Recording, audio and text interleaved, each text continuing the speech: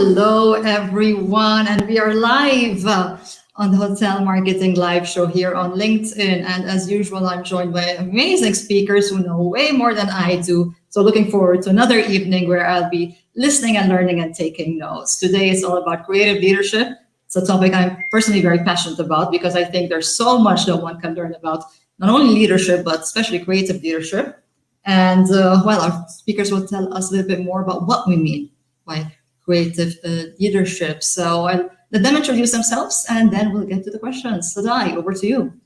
Hello, very happy to be here. Thank you very much for inviting me. And well, my name is Sadday. I live in Montreal. I'm originally from Mexico and I'm a strategy coach.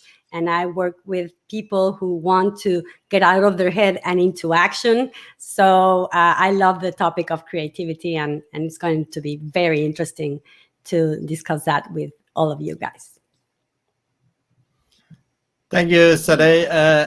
I'm Michael. I'm the founder of Hospitality Mavericks, and we believe in that we are helping leaders to find their unique potential in themselves and their teams so they can build businesses that's good for people, communities, and the planet. And we also run a very well-known hospitality podcast, which is global, where we talk about, a lot about innovation, especially here in post-pandemic. So I'm really looking forward, to this evening to learn more about this, because I don't think you can learn too much. Thank you, everyone. My name is Nina Sherak. I am a applied positive psychology coach, and my work is primarily bringing applied positive psychology and resilience training to different corporations, helping people look at ways to incorporate different skills to increase resilience, adaptability, definitely creativity, endurance and perseverance and engagement. So I'm very excited about this conversation and the integration of creativity and leadership. It'll impact and benefit all of us. Thank you, Over to you. Nina, Michael, tonight for the introduction. So as we said, today is all about creative leadership. And I think the word leader is, well, I don't want to say it's misused, but we hear it and we read it so often, especially on LinkedIn. And sometimes I get the impression we have self-proclaimed leaders who put out amazing quotes and tell us what a leader should be. But one thing is saying what a leader should be, and another thing is being a leader, right? And another thing is also being a creative leader. So let's start with this definition of creative leader. A leader is a creative leader when they forge an environment that drives innovation. Sadday, what are your thoughts on this way of defining a creative leader, and what would you say makes a creative leader? Yeah, well, as you were saying, there's two components to creative leadership, right? And each one of those are a whole set of skills, right? To be a leader requires certain things, and to be creative or allowing the space for people to be creative when you're leading them, it's a whole other set of skills. But putting them together, I think it's a challenge that every leader would want to pursue, because when we allow the teams to really express their ideas, then we can create like a third consciousness, like a third space where the ideas of everyone can turn into something new. And by the definition of creativity is to come up with something out of, like a different meaning for two different things, right? So if you create the space, then people will be able to bring on that. And there's a lot of things to say about it, and I'm sure we're going to cover that, but I'll leave it at that for now. Nina, what are your thoughts? Creative plus leader. Oh, thank you. Well, when you think of leader, I love the definition of a leader being defined by followership. In other words, it's not just a position that you assign someone to.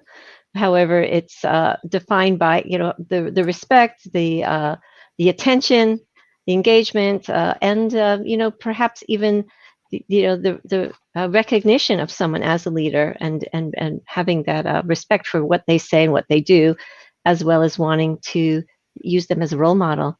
So one of the things I love about the words leader and creativity is that the the items that we think of that constitute leadership, we tend to go more towards the analytical thinking, the strategic parts of the mind, which are actually more like the left hemisphere, that kind of thinking part of the brain that's much more strategic. And we think of leaders as these are the people that we're going to rely on for strategic vision, right? The ones that are analytical, the ones that are going to be set in place to handle the conflicted, confusing situations and provide kind of guidance and be able to work through and be solution oriented. And then we think of creative, creativity really comes from that right hemisphere of our brain, more that like the frontal cortex. And we think of that type of part of our brain is more perhaps free flowing, free formed, not that structured. Because in other words, when we're analytical, we're looking for meaning, we're looking for patterns. And in order to be creative, we have to be a little bit more expansive. So I love that to hold that concept of how does one sit with the other? And because they truly need to, however, they require different views, different ways of looking things, and actually literally different parts of the brain. That's fascinating. That's really fascinating. Michael, what do you have to add to the definition of creative leadership? I think the two ladies have said it very well. So everything I would say would be nothing compared to. But I was sitting and thinking, I was listening to that. I almost see it like as a leader, often we are very focusing on the things we can control, and in a way, and we would like to control things and give some output and outcomes. And we sometimes forget we actually need to tap into what I call leadership is when you tap into the human potential of the individual. And when you understand that every individual can make an insignificant impact when you give them the right framework, place, resources to do that. And that's leadership more for me than coming up with all the great direction. Because I don't think actually I'm part of a team myself. And there were some ideas that came up in the pandemic, and it was not me that came up with them. It was the team. The only thing I did was giving them the resources to go and do it and actually, facilitate that situation. So I think leadership in my world, and that's both, leadership as a self and together with creativity, it's about how do we actually, release that human potential is. And we often forget that because we're so focused on outcome and the short things we need to do in organization for make them work, that we actually forget to tap into the human potential. So it'll be my reflection on your question and what's been said in the room. So I took notes of a couple of things that you all said, and there are things that, it's not troubling me. It's like the first thing, maybe let's go back to what Nina said, especially if we're talking about creative leadership, right? And you said that a leader creates followers. Doesn't a leader create other leaders, especially if this person is leading a team of creative minds, people who don't want to be controlled? Because also then Michael said, and also Sadday, you mentioned this, leaders want to maybe control or, have control of the situation, but creative people don't want to be controlled and they want to think themselves as leaders, right? Yeah, they want to be empowered. They having limits is actually, it's a fun activity for creatives, but having limits with expansiveness is a fun thing for creatives. It's but one of the things that I think really is a highlight of the creative process is what I call unusual connections. And it's also something that you see in innovative industries. So I do work a lot in the tech industry, and that actually really pride themselves as being innovative. And I know that any customer service oriented field, any industry that has customer services wants to be innovative, wants to be alive and fresh and new. And one of the ways that we do that is by making unusual connections or combinations, or even coordinating things. You see that like one company will coordinate with another, create an alliance, and in an offering. You see it in the tech industry, just asking people to think outside the box, but within a box. So what does that mean? And having that freedom to make unusual connections and explorations. So a lot of that happening over the pandemic. And to speak to something that Michael mentioned about empowerment, how leaders empower their followers. to think creatively. And I honestly think that that's like the gist of where we want to be in this conversation of how does that happen? Because it really has to happen intentionally. It can't just be words like, okay, everyone, go be creative, think of some new ideas. It just won't happen that way. There has to be a culture that supports innovation and creativity. And when I say that, it actually goes down to the rewards of that culture, the recognition, both of those for creative thinking. And that also requires creating safety for failure, safety for non-production, not, just safety to kind of get into think tank in unusual situations, and which really speaks to embracing play as a corporate culture. So I know I I'll just pulled stop a you lot of there good. just because it's Yes, I know. I stopped there. Woo! so many topics and all at once. So we need to digest a little bit all this this information. And Sadday, as a psychologist, maybe you have this answer to a question that came to my mind while Nina also was saying this. Do followers, creative followers, want to be led? Yeah, well, I was thinking exactly about the following part. I think it depends on the style of leadership, and creative leadership is one style of leadership. There's like the old, the old style leadership where we were more thinking in a more like a hierarchy, right? Where the leader is above and, everyone looks up to him and just follows the steps. But here we are talking about creative leadership, which is a style and a culture, as Nina is saying, where the leader is not necessarily on top of everyone else, but more in a team where the culture expands the input, the creates the space to allow the input of everyone to create a new thing, right? Which is the innovation part. But first, I would like to make a comment that it's like just rounding in my head from what I've heard. And it's about creativity. Like, what is creativity and who are these creative people, right? Because usually we think about creators or creative people as an artist or some kind of, like artist, or even probably the tech industry. But we are all creative people. Like our brain is wired to create. It's wired to make connections, to take different aspects of the stimuli we receive and put that together and create a new meaning with that. So deeply, we are all really wired for creativity, and creativity and innovation can be applied to any kind of team. So I think that is important to consider at this point of the conversation, that it doesn't matter if it's like, because probably now we're like in the hotel marketing live show, right? So But probably I would disagree, Sadday. I would disagree. I think you're overestimating all human beings, because I don't think I see creativity as the ability to see different options. I mean, if we're going to use a wide definition, someone creative is someone who in a situation can see different options. Michael, what do you think? I don't think all people are creative, even in using that wider definition of creativity. On that specific question, there's always a definition what creativity is. And I actually agree with today a long way, because actually, I think one of the biggest mistakes I've done early in my career myself, and probably still do, is that sometimes we forget to play people's strengths instead, and we focus so much on improve them on their weaknesses. And I don't talk about innovation and creativity in my day-to-day work. I talk about where can they make a significant impact.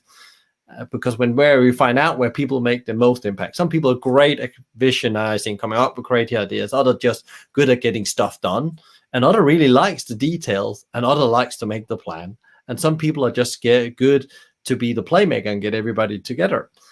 And it's about understanding how do you put that in play as a leader, and then you actually see innovation happen itself. And then I think we need to go back to what Nina said as well. If you want to create a creative, innovative environment, you need to put some processes in place, give the capability, the resources, build a culture, and actually support it with the right leadership, not just say it, actually action on it. And I think these are the two things that actually needs to go together, a framework a deliberate framework and process for innovation. Like Google would have that if we go into examples. We can come back to that in a second. But I actually think that, it depends on how you define creativity, but you can definitely get people with game-changing behavior on all areas of your business, even the people that sits with a spreadsheet. Okay, so we mentioned the word play. Nina, would you like to elaborate? What do you mean by play? Wow. Well, it could be anything. It's a sense of play in an organization. First of all, to even have the conversations about play within an organization is opening up an entirely new type of relationship that an employee has with their organization, that they have with each other. Even having those discussions, companies often include play types of activities as team building types of things, but to incorporate play in the culture sometimes looks as, having the accessibility to recreational types of things, and encouraging things like team sports, or having social types of activities together. So we know that from there's something called high quality connections, and for groups to be creative together, they have to feel safe together, because creativity requires risk, right? Because it's not, you're not doing the same thing to get the end result. And to create an environment of trust requires a couple of activities. One is helping each other, task enabling, and the other is play, having fun. So I'm kind of answering your question, but also saying how it might show up in an organization, what they might do to encourage a safe environment for creativity, and having social types of activities, having things that are task enabling, helping each other, and play could be anything. I mean, it could be, a silly holiday that's, the employees share together. It could be anything, but all of these things kind of add into that environment that helps creativity, because there's trust and acceptance there. There's something that came now to my mind from what Sadday was saying, that we're talking about leader as if someone at the top of the hierarchy, but honestly, there could be 360-degree leaders, right? People in the middle organization, even at the bottom. But I think our discussion here, like who should lead creativity in an organization? Is it really a teamwork, or does it have to be someone who is senior? Michael, would you like to take this one, since you work with a lot of organization consulting, right? Like how they should set up the structure. Yeah, I'm on the spot there now, but yes, it is the senior leadership. And I actually think, you will look at some of the most successful companies over decades. There's a great book called Good to Great, if you want to look at examples. One of my favorite examples right now, it's Singerman's in the US, actually started as a deli, and Ari and Paul, they founded this business from day one, wanted to involve the front line in making decision. And today they've grown into a $60 million business in a little town outside Detroit called Ann Arbor, and it's all built from the bottom up innovation. And they didn't call it innovation. They just want to involve people. They want them to be part of building this business.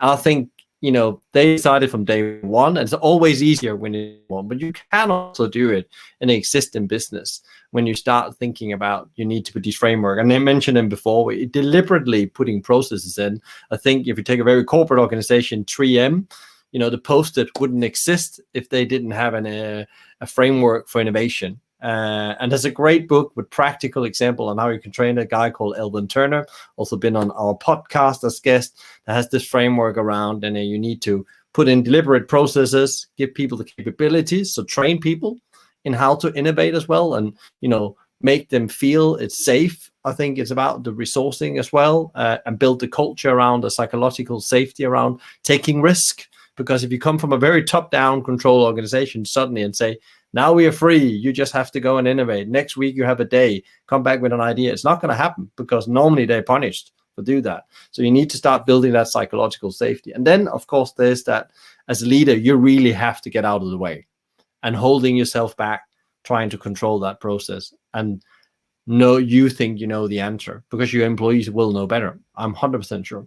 So I think it starts with that. It's definitely the leadership that is responsible, put that vision in place, and also building the early days. And really, it's a bit like pushing a boat. Is the last thing I'm going to say to make it like visual. If you have a boat and you want to put it to sea, the first couple of waves really need pushing.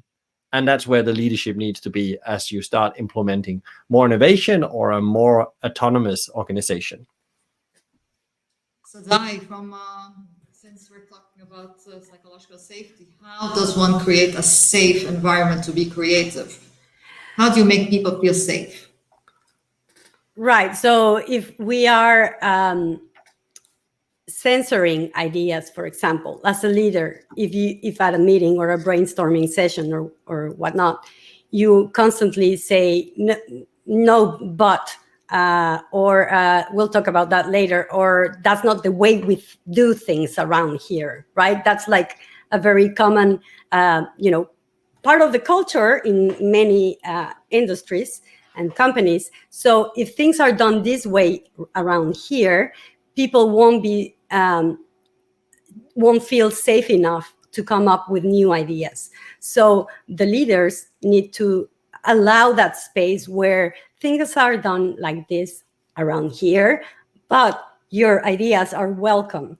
And then, well, there are different methods to do it, but also tagging along with what Michael was saying, like there's a process. And that's why I was saying that we can all be creative and we are wired for creativity, because there are studies actually that creativity is not a talent or is not related to your IQ, right? To your intelligence. It's really a process. It's a way of doing things. So if you go into the creative process, it has, as Nina was saying, a part where it's like the imagination going wild, which we relate to artists and stuff, but it can be an accountant who is creative. It can be the accounting department. It doesn't matter. If you always do things the way we do things, there's no innovation in accounting either, right? So it's in sales, in marketing, in any area. So to go back to that, there's that part where imagination is open and we are open to brainstorming or receiving as leaders, listening and saying, yes, can you, maybe if we hear a bad idea, it's just like, yes, can you elaborate? Or yes, can you, refine that idea for me, or whatever it is, but just allowing. And then the second part of the process is to actually have a structure to land it into more of the other side of the brain, right? Like more organization, more action taking, more landing the plane on the, crazy ideas. So, but to answer the question of this, what should a leader do to create this safe space for people? Mainly, it's removing the idea that this is the way we do things around here. There's a culture, but it can be also a culture in addition to that allows innovation. Well, it sounds quite easy. So Nina, can one learn to be a creative leader? So now if I came to you and I said, teach me how to become a creative leader. One of the very simple ways I see this happening is in the trainings I do, which help give groups in a company in kind of the same learning, a same experience, a new language. And it's really simple down to these very basic concepts of fixed mindset and growth mindset. And people really grasp onto this really well. This is one of the first things that I often teach when I go into a company, so they can understand that. And everybody wants that growth mindset because it's going to benefit the company, it's going to benefit the individual, it'll benefit engagement, it'll benefit collaboration, and to understand what is a fixed mindset and growth mindset. And I find that when I teach that at companies, that I'm getting feedback from HR over years, even years later, saying we've incorporated that, and we'll ask ourselves, am I in a fixed mindset or growth mindset? And even ask each other when we're talking through ideas. So having a kind of a new language, a new paradigm that's shared, And giving a kind of a practical skill and a baseline, that's just one way, just to help them understand this as part of this is a concept, and it's very powerful, it's very simple, and it helps people engage that, as opposed to saying, get creative, do creative leadership, go, ready, set, go. It doesn't work that way, but understanding just the basic concepts of a fixed mindset and growth mindset, being able to recognize that in the self and others, even able to recognize that in languaging, how ideas are communicated, how people listen to each other, how communications are sent within emails, meetings are set up. Are we creating a meeting that will enable a growth mindset discussion or not? But just by even how we set the agenda items, right? So it's something simple as that can be very potent.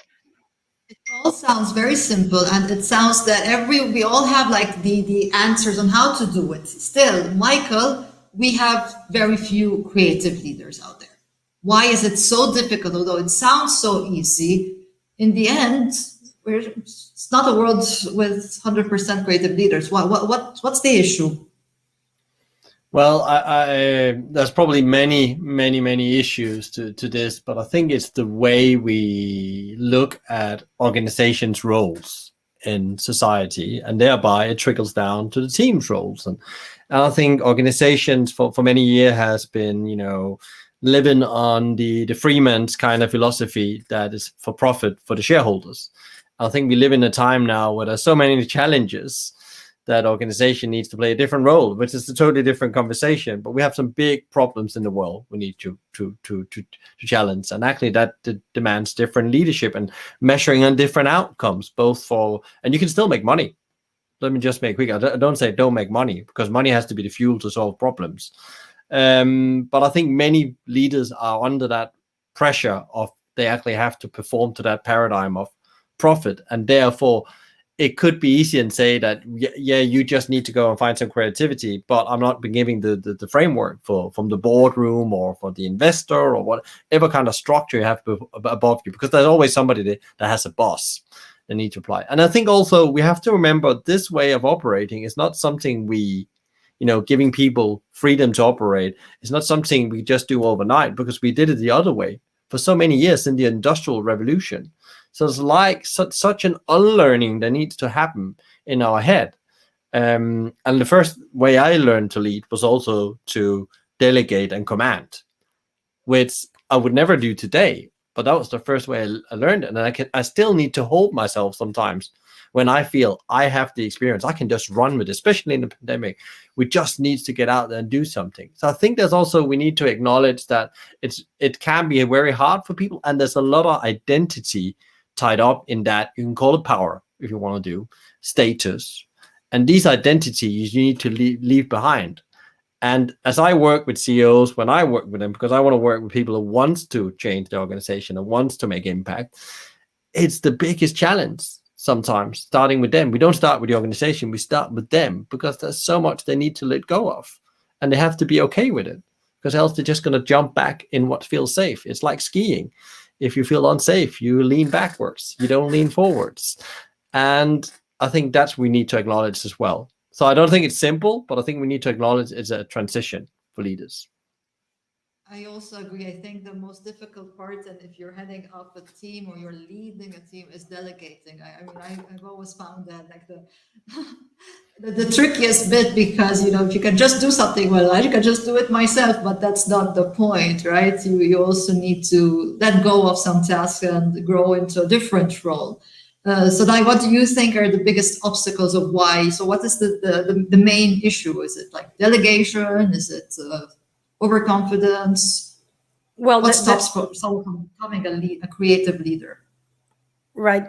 Well, the part that Michael is referring to, the ego, right? Like the ego part, it's like each leader should take a time to check in with their own need for control or need to be important or whatever it is.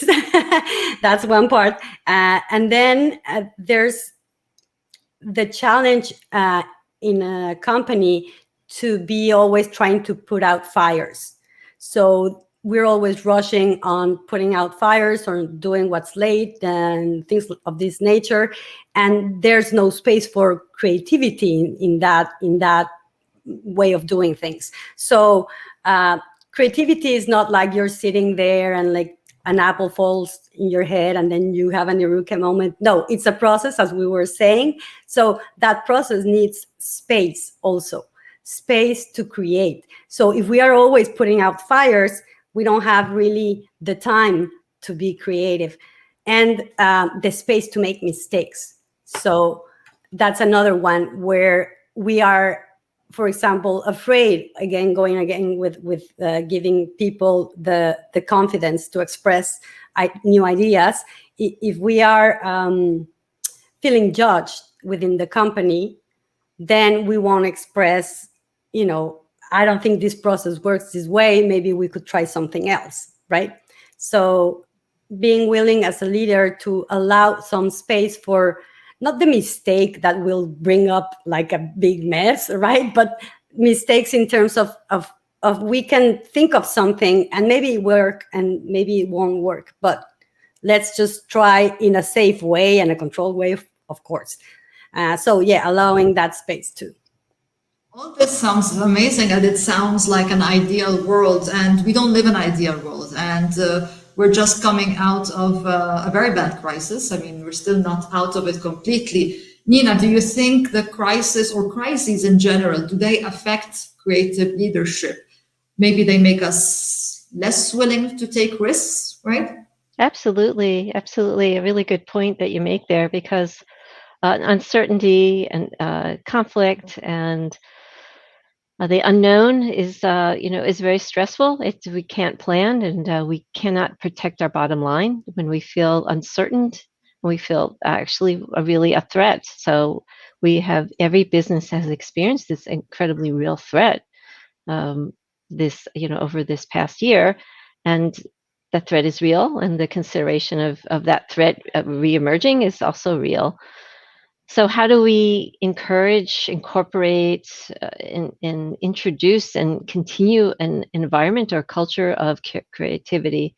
And there is really one simple, easy way to do that, without having to come and say, here's creativity workshops, or you have to incorporate a new language or new corporate culture. Honestly, one way to do that I would suggest, which will be beneficial, of course, with dealing with uncertainty and the unknown, is to just create a culture that incorporates questions, and for leaders to think about both the way which they ask questions and the frequency they ask questions. And the way we ask questions often implies the kind of answers we want and how the answers might be received.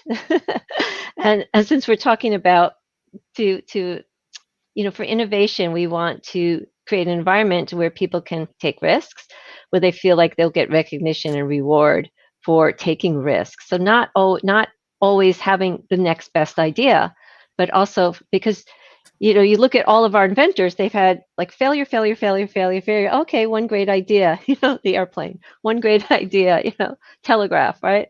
And you can't get to that great idea without failure. It required steps. It's part of research in anything. Research in advertising, research in science, research in pharmacology, research in finance, any industry. So without just kind of creating this like, oh, you have to do this, my suggestion is to just look at the way and frequency in which you ask questions and consider what you were saying in terms of how the response may be received. So if you just to ask questions and to encourage people to ask questions is just one way to create kind of a ripple effect of innovation and creativity without having to, hire, fancy outside consultants and create a whole new paradigm. Here's our new corporate culture, which, employees also look at with a lot of resent. Like, you spent all that money on that, for all these fancy banners and flyers and trainings, and you could have, given us all a % increase. But just something simple as to create a culture of more questions, looking at the way that you ask questions, the frequency of the questions you ask. So that's a very simple thing I would offer as to consider. Michael, I saw you nodding, so I think you agree. I saw you nodding, especially when Nina was saying that you need a succession of failures to get. But I don't know, how acceptive are we of failures in times of crisis? We don't want failures. We only want good news, don't we? Yeah, well, the traditional leader would say there's no room for failure, but the what, I don't know what even to call this, because there's not a name. Somebody called it teal, somebody called it autonomy leader. I just call it, the leader, like, Dalai Lama is that kind of leader. And he actually, exactly as Nina said, I was the one nodding, asks questions because he's a listener. And I've learned from a professor way back that believed in inquisitive inquiry. And it's about actually understand the wholeness of your organization and your people. And he said there's like 2 questions you can ask. Then you've done your leadership, and you don't have to do anything else. Walk around and ask, what is great and why? What could be different, and what can we do about it? And these 2 questions, they are actually 3, but they're under questions, are so deep learning, innovative question, because there comes some crazy things out of those conversations with teams. But I think we don't like failure because we're not paid for making failure, because it comes back again to the mindset about Freeman. We're paid for success and profit, and sometimes we have to understand, to get the success and the impact, as I call it instead, we actually need to make a lot of failure, as Nina said. So I think it's about having a culture of experiments and say, we know that we're going to go on a journey and we're going to need to learn. And if we definitely are not here, and I think Peter Shingen talked about the learning organization back in 1990, or maybe it's earlier even. And I think we're starting to get there now, because I think most leaders have found out, we can't control ourselves out of this situation. We are on a learning journey. I think, the most savvy leaders know that. And there's probably some people that still think they can do it the old ways, as you're referring to. But I think you will see them being in deep trouble in 5 years' time, as the world and some things have changed how we operate. We're still in a pandemic. We have to remember that. And there's an element of crisis leadership we cannot deny. When you were mentioning about, we are paid for success, something else came to my mind, is why we don't accept failure. And maybe for the final round of questions, what role does social media play? Like, for instance, we're here on LinkedIn Live. LinkedIn, right? On LinkedIn, you have thousands of leaders, or at least that's what everyone says they are. And so we also compare ourselves, right? Look how successful everyone is, and everyone is, no one's failing, right? Everyone is very successful in what they do. So I think it's not only like the corporate culture, but it's also, I think social media also plays a role in exacerbating this feeling that we need to be successful, because look on LinkedIn, everyone is super successful. So as a psychologist, I'm sure you see a lot of that, right? People coming telling you, I'm a loser because on LinkedIn, everyone is doing amazing, right?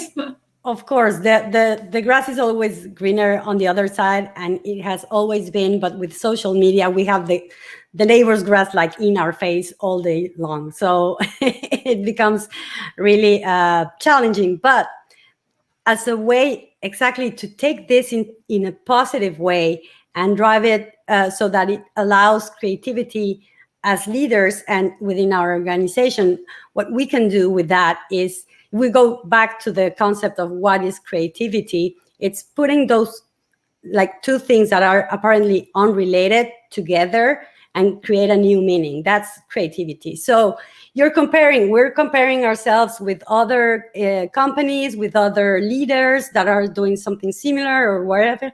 So if we take that more with the questions, as Nina was saying, or Michael, like asking the right questions, not like why I'm not there, why is it that I'm worse than them, but what are they doing right?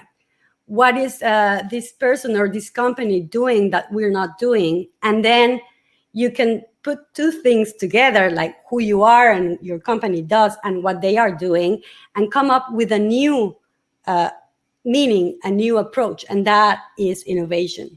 So there's nothing new under the sun, and we can take actually all this information that we have access to propel our own creativity. Nina, what are your thoughts on the effect of social media on creative leadership? I actually, as you were speaking about social media, I was actually reflecting on some of the most powerful messages we get in social media. The ones that stick with us are actually stories of failure to success. It's not just a success story that really impacts us and is memorable. It's the story of failure, difficulty, struggles to success for individuals as well as for organizations. So I feel that what that tells us is, of course, we know that we're story making creatures. We love story as humans. It's just our nature. But it also tells us that I believe we are drawn to brands that are willing to express their vulnerability. That's just my personal belief. I am absolutely not, not a marketing expert. My father was, but I just know that those stories appeal to us and they inspire us. So I believe that vulnerability is an interesting thing to think of. I think we all want to align with the underdog, aren't we? All the underdog anyway, So that's that's I'm curious to hear. I feel that social media also bends and sways with sort of general popular opinion. I don't know that it drives it, but I know it does change. I feel like a lot of the messages that appeal to us in social media over the past year were ones of heroic, everyday people, finding innovative ways to care for each other, innovative ways to stay connected, innovative ways to find ways to make life meaningful and safe. Isn't that what appealed to us? Watching people in Italy sing to each other off balconies. So, yeah. It stays that way, and just like something temporary, right? That the pandemic brought, and then hope it sticks around for some time. At least I do. Michael, what are your thoughts on social media for on the effect that it has on creative leadership, if any? Maybe you tell me it has none. I guess it can influence, as you said, that everybody else looks successful and I don't. And I think, if there's any a time to work on yourself and managing yourself and become better in that's now, because it's going to be rocky ahead. So if you want to have that capacity, I think it was Sadday that talked about giving the space, maybe it was Nina, and have that space. I think you should, don't go to social media to get your fix, definitely. Then go and spend time on other things. So I think it has an impact on people's ability actually to not believe in themselves, but actually build their own inner strengths in a way. And sometimes you look at them, I can never become him. No, you become the best version of yourself. And I think that's the important message sometimes. And, maybe you can learn something from them. We go in, and it's the mindset you approach social media and how it actually impacts your mind. I use social media myself because that's the way to get my message out there.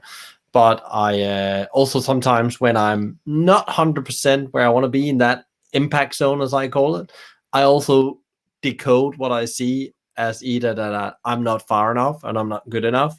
And I really have to go back to myself and say, it doesn't really matter. And I'm on my own journey. I'm on my hero's journey, and that person over there and on their hero's journey. And I think that's the danger maybe of social media. But I also think there's some great things that you can really learn a lot today through social media, but you need to have some filters, of course. But yeah. I think the one amazing thing of social media, we all met on social media, right? And so obviously social media is great for connections, but I do also believe one needs to always, be very careful how we interpret things that we read. So I think, but that's a topic for another episode. I wanted to thank Sadday, Nina, and Michael for this amazing conversation. We could go on for hours, and I'm sure we'll organize more clubhouse rooms and more conversations. It's always fabulous to talk to you all. Thank you very much for making it today, this morning, afternoon, evening, wherever you are in the world. And thank you for now, and I'll see you around on Clubhouse or Instagram or LinkedIn. Yeah. Thank you, everyone. Thank you. Thank you, Merit. Bye.